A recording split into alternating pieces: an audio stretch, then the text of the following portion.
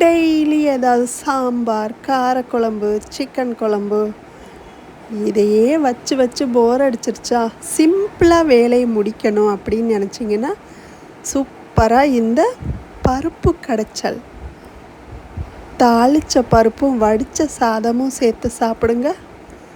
உடம்புக்கு தேவையான அனைத்து சத்துக்களுமே கிடைக்கும் இந்த பருப்பில். நான் உங்கள் செல்வ ஜோதி பிரியா.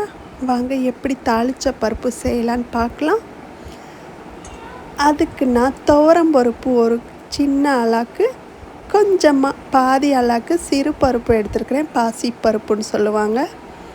ரெண்டையும் நல்லாவே கழுவிட்டு வச்சுருக்கிறேன்.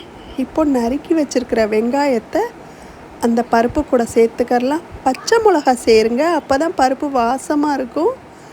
இப்போ நறுக்கி வச்சுருக்க தக்காளி 2 தக்காளி சேர்த்துக்கிறேன். கொஞ்சமாக சீரகம் சேர்த்துக்கிறேன். தேவையான அளவு தண்ணி சேர்த்துக்கிறேன். மஞ்சள் தூள் போட்டு நம்ம பருப்பை எல்லாத்தையும் கலந்து கொடுத்துக்கரலாம்.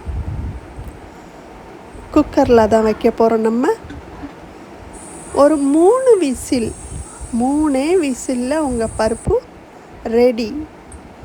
3 விசில் வந்துருச்சு. ஆறுனது நான் குக்கரை ஓப்பன் பண்ணி பார்க்குறேன். பாருங்கள், சூப்பராக பருப்பு நல்லா வாசமாக நல்லாவே வந்திருக்குது.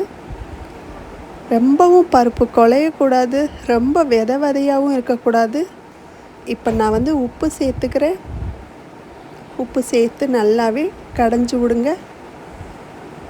இப்போ ஸ்டவ்வில் கடாயை வச்சுட்டு தேவையான அளவு எண்ணெய் ஊற்றிக்கிறேன். 2 ஸ்பூன் எண்ணெய் ஊற்றிக்கிறேன்.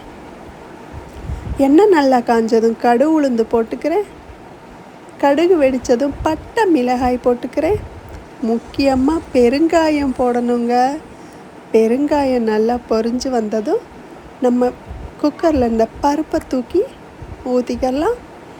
அவ்வளோதாங்க. பாருங்கள், சூப்பராக ரெடி ஆயிடுச்சு. ரொம்பவே சிம்பிள். இது 1/4 மணி நேர வேலை தான் இது. நீங்களும் செஞ்சு பார்த்துட்டு எப்படி இருக்குன்னு சொல்லுங்கள் ஃப்ரெண்ட்ஸ்.